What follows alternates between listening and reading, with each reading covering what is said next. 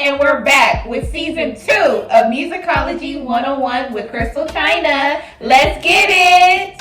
We are so excited. Yes. No pun intended, but pun intended for this episode. We are so excited to be back with you all for season 2. Mm-hmm. Thank you all for rocking with us for season 1. Mm-hmm. We're going to try to up our game with the artists that we're choosing, more going into depth about different things in music and different topics. More episodes. So, if you guys have anything that you want to see, please drop them in the comment box. Also, we don't only have to talk about artists. We can talk about different music topics. So if you want us to discuss certain topics, please drop that in the comment box below. Yes. Let us know what you guys want to hear and what you want to see from Musicology 101. Exactly. Without further ado, before we get into this episode of Musicology, please do not forget to subscribe to our channel right now. Before anything else, please subscribe. Please. Yes. No, we gotta do our drum roll. We gotta do our drum roll because this is a banger. Let's get it. The Pointer Sisters. Let's get it. The group consisted of 4 sisters. That was Ruth, born in 1946, Anita, born in 1948, Bonnie, born in 1950, and the baby, June, born in 1953. The girls were born in East Oakland to parents Reverend Elton Pointer and Sarah Pointer. Pointer sisters, they grew up like a lot of people during that time. They grew up in a strict religious household where worldly music, that was forbidden. But gospel music, that was heavily encouraged. So as little girls, the girls started singing at church, actually the West Oakland Church of God, with their 2 brothers as well. That's where they started honing their skills. But where it comes into play, they also would, kind of sneak in worldly music as well. I mean, as we get into this episode, you can hear their influence, not only gospel influence, but other musical influences as well. As the girls embarked on young adulthood, they kind of rebelled a little bit and started to be interested in a career in the secular music industry. First, the group started with just Bonnie and June, who are the babies of the family, and their group was called Pointers a Pair because they were a duo. And then later, Anita ended up quitting her job, making the group a trio. Ruth wouldn't join the group until 1972, a year before their self-titled debut album was released. In the early 1970s, the sisters started putting themselves out there by singing background for many of the legends. Sylvester, Esther Phillips, Elvin Bishop, Boz Scaggs.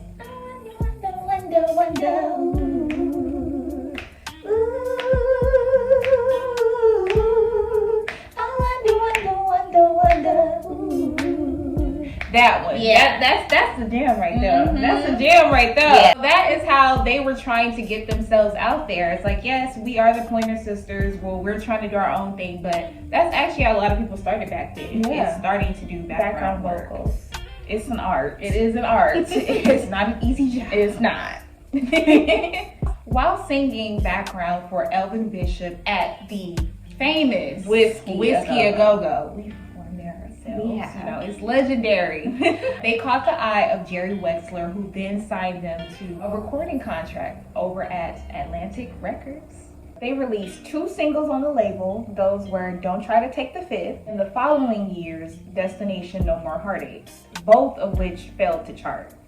As previously mentioned, like we said, Ruth did not join the group until 1972. So with them not charting with their first big major deal, this was not the end of their career because then Ruth would come on making the group a quartet, which, took it to the next level, obviously. They needed that sister power. Yes. In 1972, the quartet were offered a deal with ABC/Blue Thumb Records.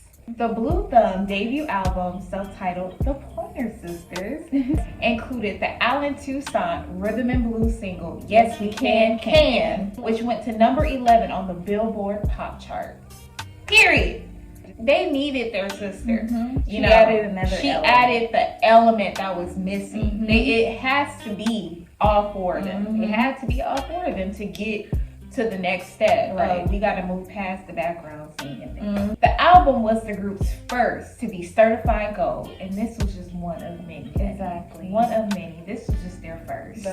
Although they were categorized as a black R&B group, the Pointer Sisters were the first black female group to be invited to perform at Nashville's Grand Ole Opry. Period. That's what we're referencing back to when Chyna was talking about how not only was gospel music their influence, but country music also was their influence, because their early recordings were actually country songs. Yeah.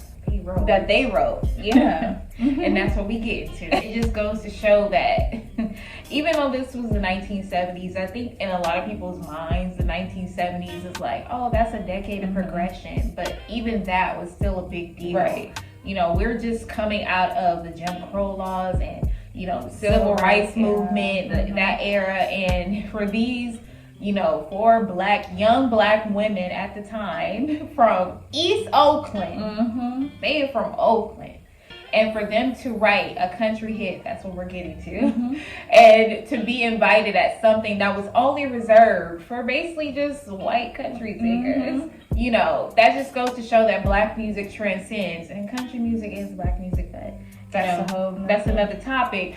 But for them to just be trailblazers that early in their career, that's major. A lot of people don't get to see that that early. In 1974, the country hit Fairy Tale, which was on their That's a Plenty album, penned by both Anita and Bonnie, earned them a Grammy. The award was for Best Country Vocal Performance by a Duo or a Group. And it went to them. The song actually went on to be covered by the Elvis Presley, which is ironically someone that they grew up listening to and admiring. So how amazing is that their hit that they wrote, a genre that, you know, does not have people that look like them in it, especially in a time like that where it still is the early 70s, and the king is covering their music. The king. The group in total released 5 albums on the Blue Thumb label. The Pointer Sisters, That's a Plenty, Live at the Opera House, Steppin', and Having a Party. One of our favorites from the Steppin' album is actually How Long, Bet You Got a Chick on the Side. You know, when we talk about timeless, I mean, hello, it's 2023, and that is still a relatable song. I can't tell you how many times I've heard, you know, I'm his main chick, that's his side chick, you know what I'm saying? You got a side chick. Like, that is still common in today. Right. So I'm like, I just love timeless songs that transcend to each time period, and we can still relate to it today. It does not have a timestamp on it, and that's one of those songs. 48 years later. Period. Ready? Yeah. 1, 2, 3. I know you want us both, and I know the reason why. I can give you so much loving, but pressing she can buy ya. Last night you're in my arms, tonight I'm all alone. How long? How long will this game go on? How long? Oh, how long? Sure you got a chick, I know you got a chick on the side. Bet you got a chick on the side. Sure you got a chick, I know you got a chick on the side. And it's plain enough to see that you're not the man to me. I can't keep playing games that keeps my heart in pain. I wanna turn and walk away, but it's harder to do than it is to say. How long? How long? Will this game go on? How long? Oh, how long? I know you got a chick on the side. Bet you got a chick on the side. Sure you got a chick. I know you got a chick on the side. Period. The group also went on to star in the 1976 film Car Wash, which so happens to be our mother's favorite movie. Yes. She always tells us she will go to the movie theater at least almost every day just to go see it when it first came out. Like, she would go see that movie, and they portrayed the Wilson sisters. Yes. Play on the Pointer Sisters. Play on it. Yeah, play on it. By 1977, the group released their Having a Party album, but at the end of that year, both Bonnie and June decided to leave the group, with Bonnie establishing her solo career. Both Ruth and Anita decided to stick together, and they signed a deal under producer Richard Perry's Elektra-affiliated Planet label. June later reunited with the group just in time to record their 1978 Energy album, which went on to be their third gold album. The album included covers of Sly and the Family Stones, Everybody is a Star, and Bruce Springsteen's Fire, which reached number 2 on the pop chart in 1978.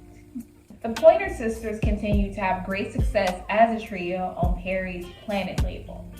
And one of our personal favorites from their time at the Planet label would be from the Special Things album, their single, He's So Shy. Now, if you're from LA, you remember 92.3, you know Art LeBeau. That's one of the songs he would always play. Or The Wave, like, and I don't know if this makes sense, but you know how songs sound like they could be cousins? Mm-hmm. Like that. They sound related. They sound related. Like, He's So Shy and What a Fool Believes by the Doobie Brothers. That sounds so much alike to me.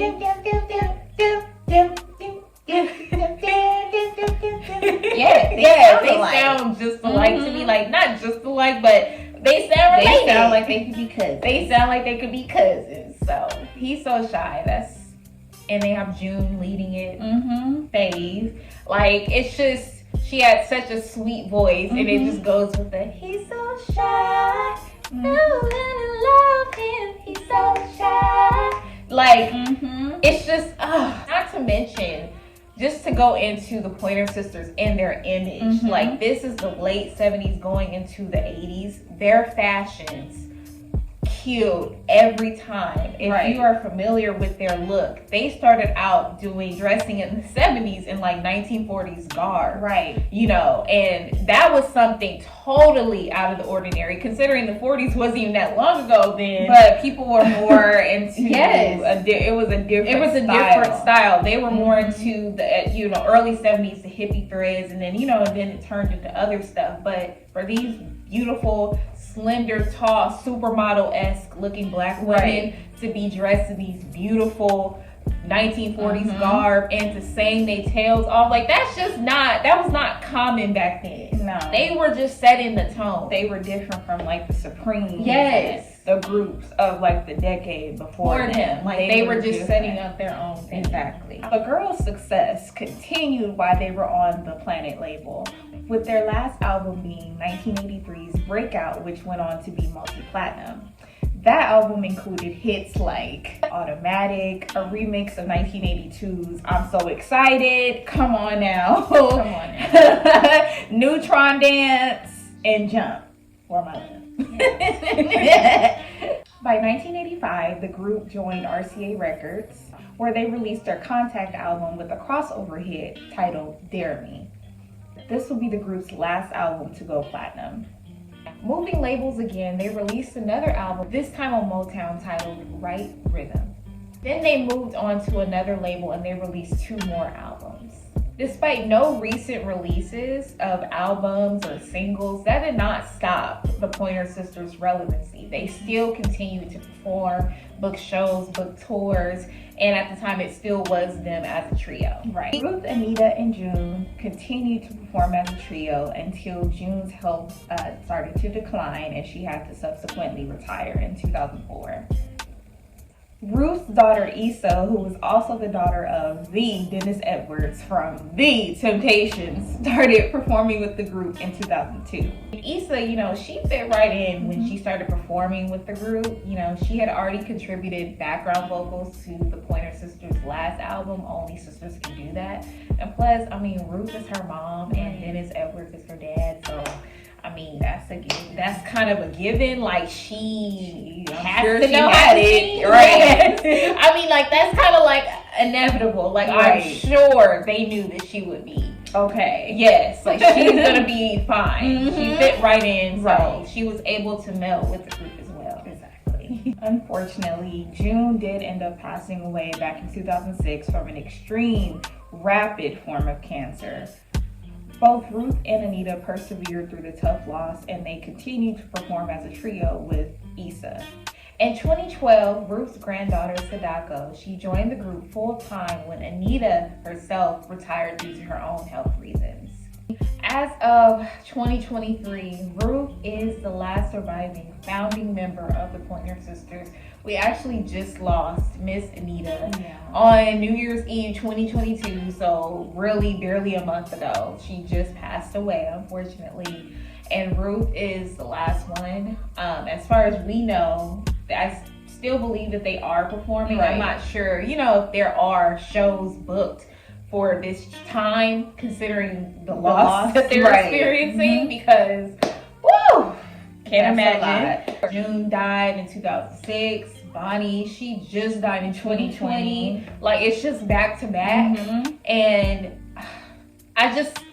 because of that, I never want our people to miss out on getting their flowers. Right. The Pointer Sisters paved the way. They did. They set the tone. They're coming out of the 1960s into the 70s of what 1970s, what 1980s girl groups were. They're the ones that set the tone. They were the blueprint for that. They are the blueprint, and I never want people to forget. Like, I'm so excited. Like, that's not just some song. Like, that is the Pointer Sisters. Right. Like, come on. Exactly. I'm like, that song itself It's historical. That song itself is used in so many movies, films, commercials, like TV shows, like iconic. Yeah. Their looks, it's just everything. Like, their story. They have such a great story just about sisterhood and persevering. Right. They've been through a lot. They've been through a lot. And I know that, with Musicology 101, we don't talk about the personal because we're all about the music. These artists, they're already talked enough about their personal lives, which I don't think is fair.